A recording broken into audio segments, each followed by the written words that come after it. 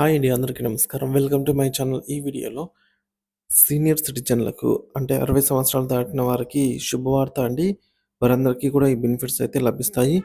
పూర్తి వివరాలైతే వీడియోలో తెలుసుకుందాం. వీడియోని ఎక్కడే గాని స్కిప్ చేయకుండా ఎండ్ వరకు చూడండి. అప్పుడే ఇన్ఫర్మేషన్ పూర్తిగా అర్థమవుతుంది. వీడియో చూస్తున్న ప్రతి ఒక్కరు వీడియోకి లైక్ చేయండి ఫ్రెండ్స్. ఈ వీడియోతోటి మిత్రులతో అయితే షేర్ చేయండి. కొత్తగా మన ఛానల్ చూస్తున్నవారు సబ్స్క్రైబ్ చేసుకున్నట్లయితే వెంటనే మన ఛానల్‌ని సబ్స్క్రైబ్ చేసుకోండి. దీని ద్వారా నేను చేసే లేటెస్ట్ వీడియోస్ అన్నీ మీ వరకు రీచ్ అవుతాయి. ఇక ఆలస్యం చేయకుండా వివరాల్లోకైతే వెళ్ళిపోదాము. సీనియర్ సిటిజన్లకు కేంద్ర ప్రభుత్వం భారీ ఊరట.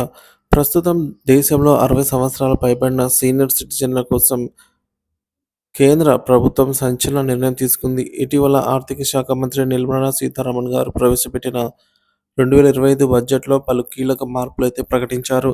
ముఖ్యంగా టీడీఎస్ పరిమితిని పెంచుతూ వడ్డీ ఆదాయంపై మినహాయింపు రెండింతలు చేయటం వంటి పలు నిర్ణయాలైతే సీనియర్ సిటిజన్లకు గొప్ప ఊరటగా మారాయి. వడ్డీ ఆదాయంపై పన్ను మినహాయింపు. ఇప్పటివరకు సీనియర్ సిటిజన్లకు 50,000 వరకు మాత్రమే వడ్డీ ఆదాయం పన్ను మినహాయింపు ఉండేది. అయితే తాజాగా బడ్జెట్ పరిమితిని రూ. 1,00,000 వరకు పెంచారు. అంటే బ్యాంకు ఫిక్స్డ్ డిపాజిట్స్, ఇతర పొదుపు పథకాల నుంచి వచ్చే ఆదాయం 1,00,000 వరకు ఉన్నా కూడా సుంకం అనేది, పన్ను అనేది ఉండదు.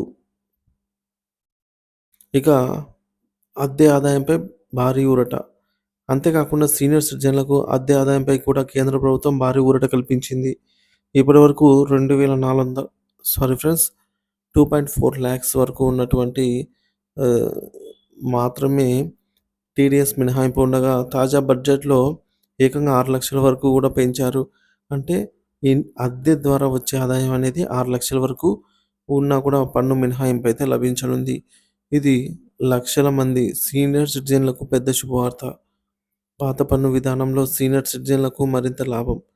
పాత పన్ను విధానాన్ని కొనసాగించే వారికి రూ. 1,00,000 వరకు వడ్డీ ఆదాయంపై మినహాయింపు ఇవ్వడమే కాకుండా ఆదాయం పైన 6,00,000 వరకు పన్ను మినహాయింపు పొందే అవకాశం కల్పించారు.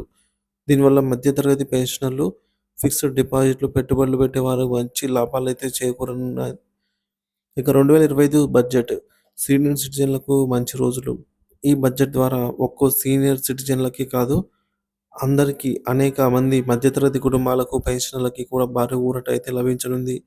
కేంద్ర ప్రభుత్వం తీసుకున్న ఈ నిర్ణయాలు వారి జీవితాన్ని మరింత ఆర్థికంగా స్థిరంగా, భద్రంగా మార్చేలాగైతే ఉన్నాయి. దీంతో సీనియర్ సిటిజన్లు తమ పొదుపులను భద్రంగా పెట్టుబడి పెట్టుకోవచ్చు. పన్ను భారాన్నయితే తగ్గించుకోవచ్చు.